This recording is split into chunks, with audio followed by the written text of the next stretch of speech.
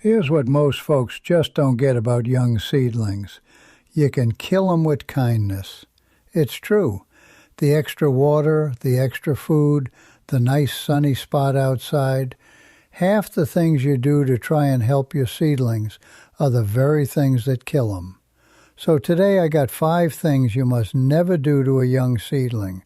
And number 2, I'm warning you now, that one moves fast. It'll wipe out a whole tray overnight. No long preamble here. Let's just get right into 'em, 'cause these 5 will save you a whole lot of heartache. Now, keep just one simple idea in your head the whole way through. A seedling is a baby. Tiny roots, a soft little stem, no defenses at all. So most of the time, with seedlings, doing less is doing more. All right, number 1. Number 1, never starve your seedlings of light. This is the most common mistake there is by a mile, and it's exactly why so many folks end up with weak, floppy seedlings that never amount to nothing. See, when a seedling doesn't get enough light, it does something kind of desperate. It stretches. It shoots straight up, tall and thin and pale, reaching as hard as it can for whatever little light there is. And you end up with these long, leggy, spindly things that can't hardly hold their own heads up. Now, a lot of folks look at that and think, oh, look how tall and fast they're growing. Ain't that wonderful? No, it ain't. That right there is not vigor. That is a seedling starving half to death and stretching just to survive. And a leggy seedling is a weak seedling. It'll flop right over, and it don't transplant worth a lick. So what's the fix? Light. Lots and lots of it. A whole lot more than you think you need. Now, I'll be honest with you. A sunny windowsill usually just ain't enough. It seems bright to us, but to a seedling, it's dim compared to being outdoors, and they lean and stretch hard toward that glass. So the best thing you can do, hands down, is get yourself a grow light. They're cheap these days. And here's the key part. You keep that light real close, just a few inches right above the tops of your seedlings, and you run it a good 14, 16 hours a day, close and long. And you just raise it up higher as they grow taller. You do that, instead of tall and floppy, your seedlings come out short, stocky, and good and strong, which is exactly what you want in a young plant. Oh, and here's a nice little bonus trick for you. Set a small fan to blow on them real gentle, a few hours a day. That little breeze makes the stems grow up thicker and tougher, just the same as the wind would toughen them outside. Good light and a little breeze. That right there makes a strong seedling. And if you already got yourself some leggy ones, well, don't you despair just yet, 'cause you can often rescue them. Get them under a good strong light quick as you can. And here's a trick. With tomatoes and a few others, when you pot them up into a bigger container, you can bury that long, leggy stem down deep, right up near the leaves, and it'll sprout brand new roots all along the buried part and come out stronger than ever. Now, not every plant will do that, but tomatoes just love it. And now, number 2, the big one, the fast one. Never, ever overwater your seedlings. Now, this is the mistake that used to just wipe me out, whole trays at a time in my early days, and it is the single fastest killer on this whole list, so you listen close here. Here's what happens. When you keep that soil too wet, soggy, and waterlogged all the time, you go and create the perfect conditions for a nasty little fungus, and it brings on a disease called dampen off. And dampen off is a seedling's absolute worst nightmare. What it does is it attacks that seedling right down at the soil line. It rots clean through the little stem, and the whole plant just topples right over and keels over, dead, flopped flat, like somebody reached down and pinched it in two. And here's the truly awful part of it. It moves fast. It'll sweep right through your whole tray, from one seedling to the next, and wipe out the entire batch of them near about overnight. And once a seedling's caught it, there is no saving it. None. You can't cure it, you can't reverse it. All you can do is prevent it. So this here is the one you really, truly got to get right. So, how'd you prevent it? Well, it all comes down to the water and the air. First thing, quit overwatering. Keep that soil moist, yes, but never soggy, never swampy. Let the surface dry out just a little bit between waterings. A seedling likes a good drink, and then a little breather. It don't want to sit in a bog. And a real handy tell, if you ever see green algae or moss starting to creep across the top of your soil, that's a dead giveaway you're watering too much, so pull back. Second, water 'em from the bottom. Instead of pouring water over the top and soaking the stems and the leaves, you set your whole tray down in a shallow bit of water and you let the soil drink it up from below. That keeps the tops nice and dry and the roots down deep happy. Third, give 'em air. That stagnant, still, humid air is exactly what the fungus loves best. So you get a little fan moving the air around gentle, and you don't crowd too many seedlings jammed together in one spot. And fourth, you start clean. Use a fresh, sterile seed starting mix, not a scoop of old dirt out of the garden, and clean trays and pots, 'cause that old dirt is right where the fungus comes from in the first place. You do all them things, not too wet, water from the bottom, good airflow, and a clean start, and I promise you, you will never watch a whole tray keel over and die on you again. That's number 2, and it is far and away the most important one on this whole list. Now you might have heard some folks say to sprinkle a little cinnamon on the soil to fight the damping off, and honestly, it don't hurt none. Cinnamon's got a mild antifungal to it, so go right ahead if you like. But don't you go leaning on that instead of doing the real things, the water and the air and the clean start, 'cause that's what actually saves your seedlings. And if the damping off does strike a few of 'em on you, you pull them dead ones out quick, and you get more air moving around the rest to try and spare 'em. But honest, more often than not, once it's took hold in a tray, the kindest thing you can do is just toss that tray and start over fresh and clean. Better to lose the one tray than to sit there fighting a battle you can't win. Hey, quick one, right here in the middle. If this is saving your seedlings, do an old fella a favor and tap that subscribe button down there. I put out simple, no-nonsense garden help just like this every single week. Anyhow, on to number 3. Number 3, never handle a seedling by its stem and never rush it into a transplant. Now this one folks do without even thinking twice about it. When it comes time to move a little seedling, to pot it up into a bigger container or to plant it out, well, the natural thing is to just grab it right by the stem and give it a pull. Don't you ever do that. That little stem is the seedling's whole lifeline, and it is so delicate that just pinching it a bit too hard between your fingers can crush it, bruise it, and that's the end of that plant, right there. So here's the rule to live by, and it's a good one. You always handle a seedling by its leaves, never ever by its stem. And here's why that works. If you go and damage a leaf, well, the plant can just grow itself another leaf, no harm done. But if you crush that stem, it's finished, 'cause it cannot grow a new one.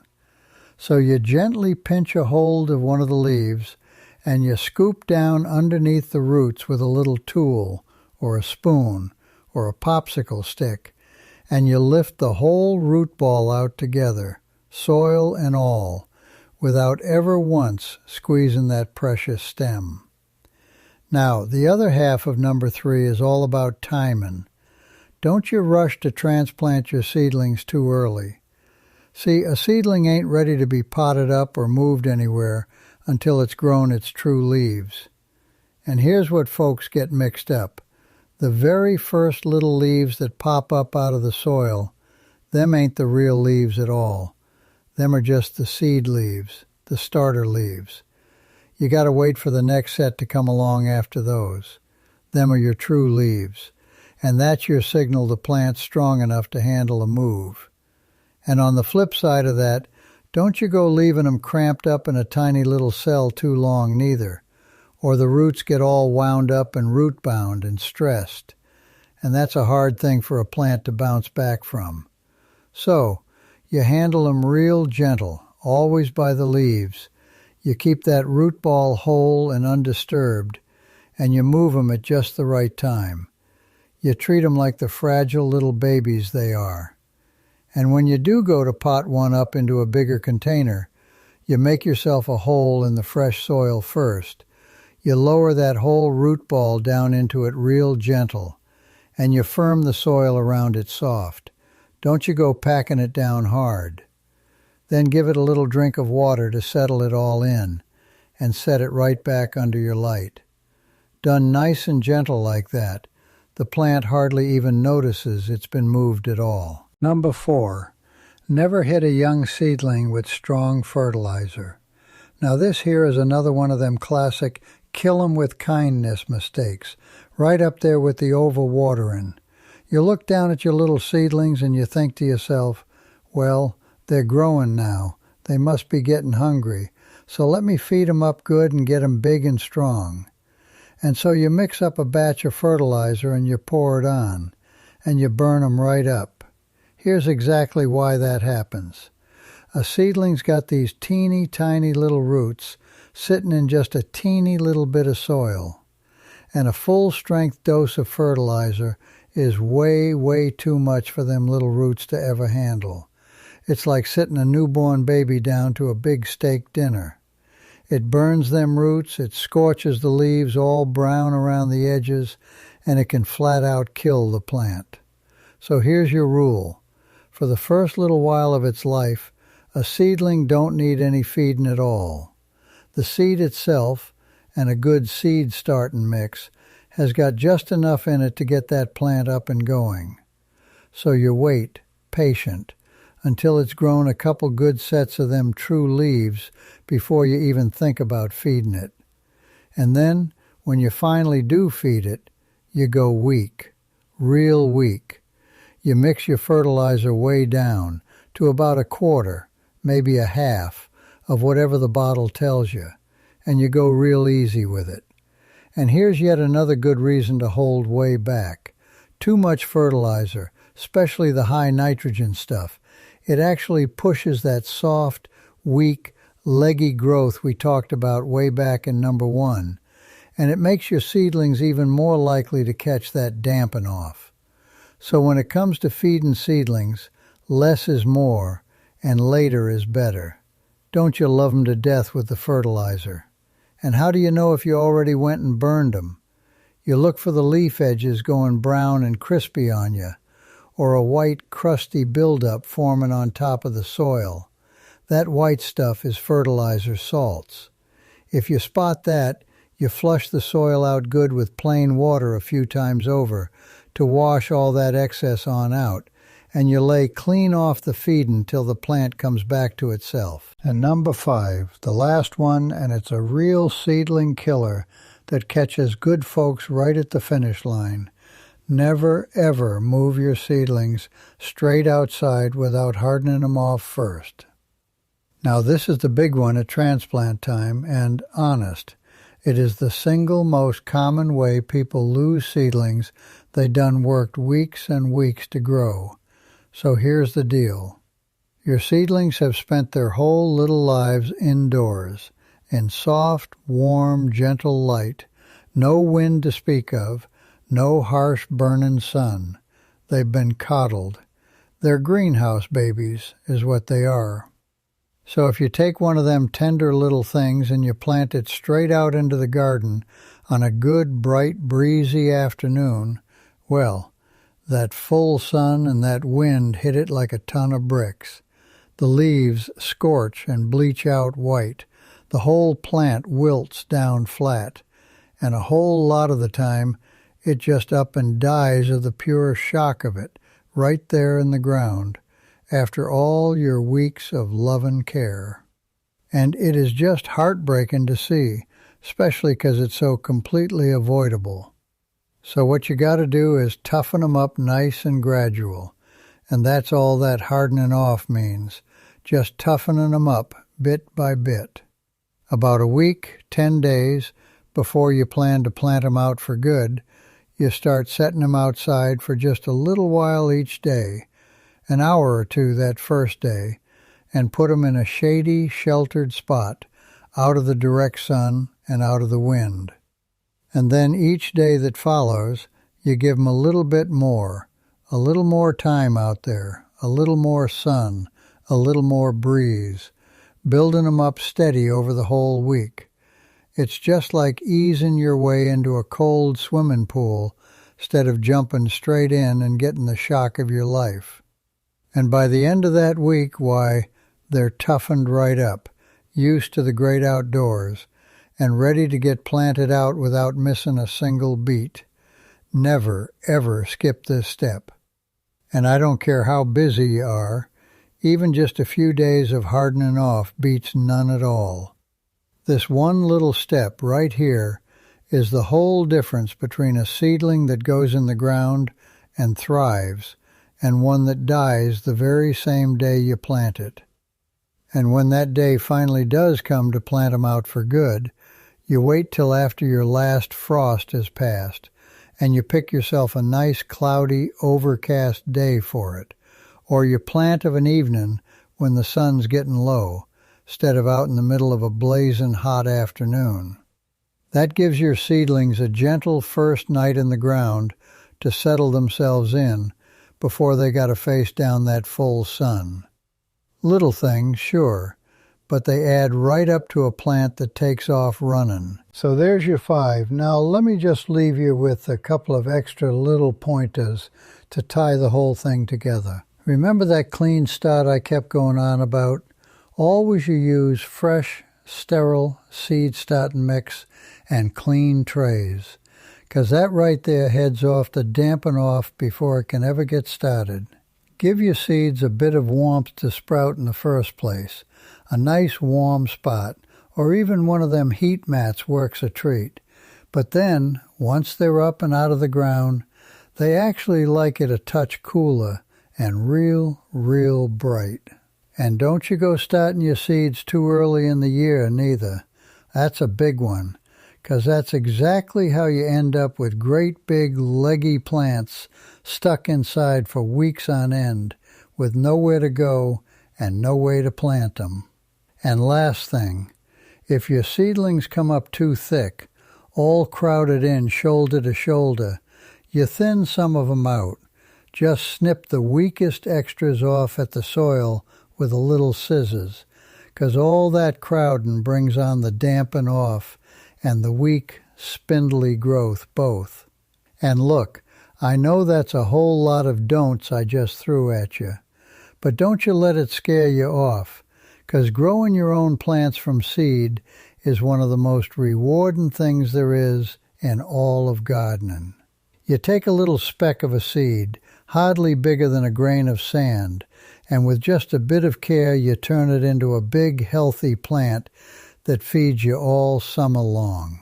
And you can grow yourself 10 times the plants for a tiny fraction of what them nursery starts will cost you at the store.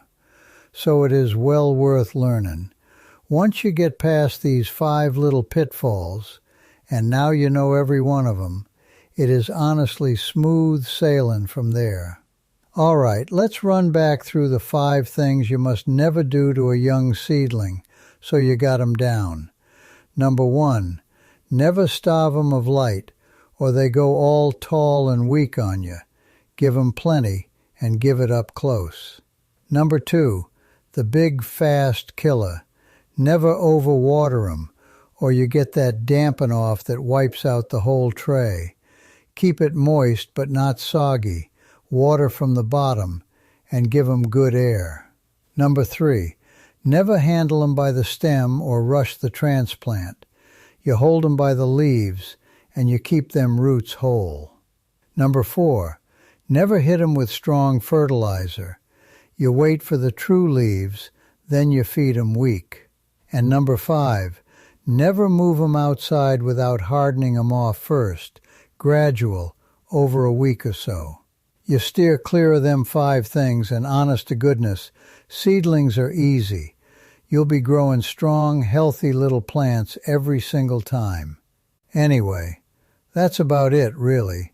Just you remember, with a seedling, gentle and simple wins the day, every day. Now go grow yourself some good ones, and don't forget to check out my other videos for more gardening tips. See you next time.